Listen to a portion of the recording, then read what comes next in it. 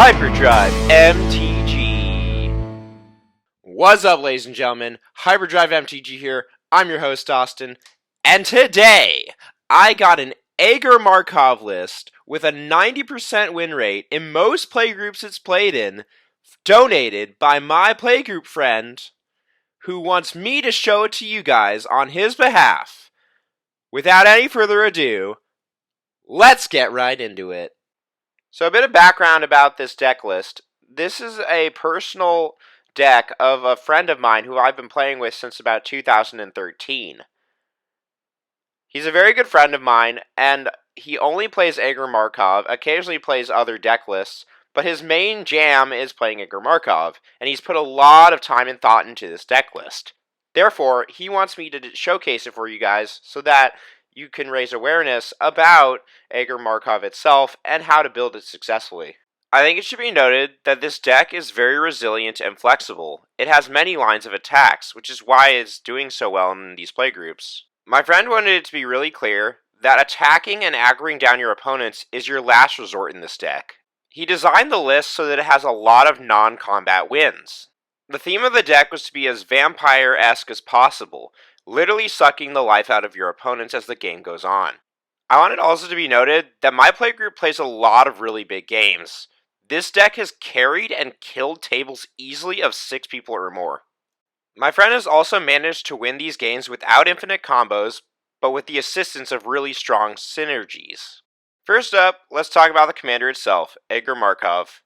Edgar Markov is a 6 mana, 3 colorless, red, white, black, legendary creature, vampire knight, 4/4, that reads Eminence whenever you cast another vampire spell. If Edgar Markov is in the command zone or on the battlefield, create a 1/1 black vampire creature token.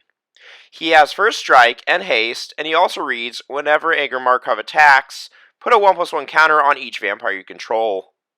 This is a vampire tribal deck. It uses vampire creatures and vampire synergy in order to get its wins. Most of the time, your commander is just going to sit in the command zone, and you're just going to play a bunch of vampires. But there's a lot of other really interesting cards that are run in this list too, in order to get to its game plan. A lot of your games playing this deck will be carried by creature entry damage effects. Cards such as Perforos, God of the Forge, and Impact Tremors will be your main ways to deal damage. Iara, First of Locthwain, is also going to be one of your most damaging effects of these types. While we're on the topic of Iara, Idol of Oblivion and Iara effectively do the same thing as card draw sources in this deck.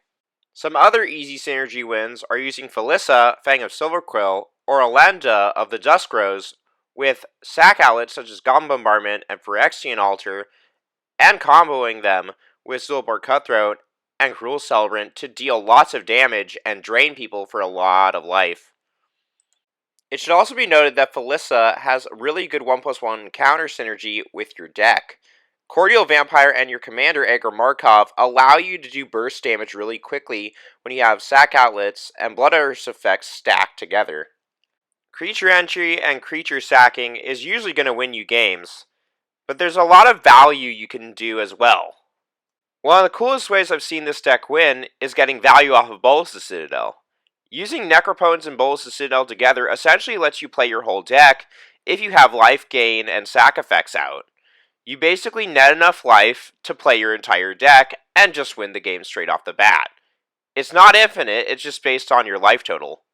It should also be noted that Iara allows this to be sustainable with your commander's Eminence ability.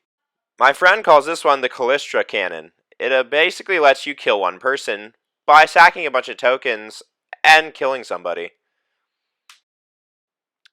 Another card my friend wanted me to mention is that Bloodseeker is very good in this deck. With all the creatures running around in the meta of EDH these days, creature entry is a really common thing in certain playgroups. Bloodseeker is very good at punishing those types of effects. Therefore, my friend says that every single deck of Edgar Markov should mainboard this card, just because of the value it gives you.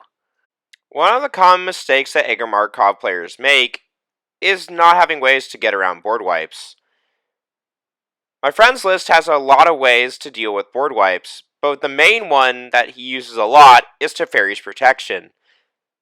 This card allows you to, in response to a board wipe, or someone trying to kill you, or someone trying to target you with some sort of lethal effect that will just destroy you, to just make you not be there instead.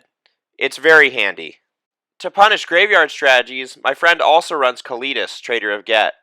Kalitas also allows you to get more tokens for your opponent's things dying. It's very helpful with your combo synergies. In my friend's deck, he doesn't use Mana Rocks. He uses cost reduction effects and value sack outlets that give mana in order to play more things. If all else fails and all your plans don't work, just start beating face and use Shared Animosity for the win.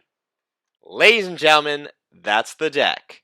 As always, I hope you enjoyed the deck review. You can check out the link in the description below for the deck list. As always, make sure to like, share, and subscribe. Have a wonderful day. And as always, stay hyper.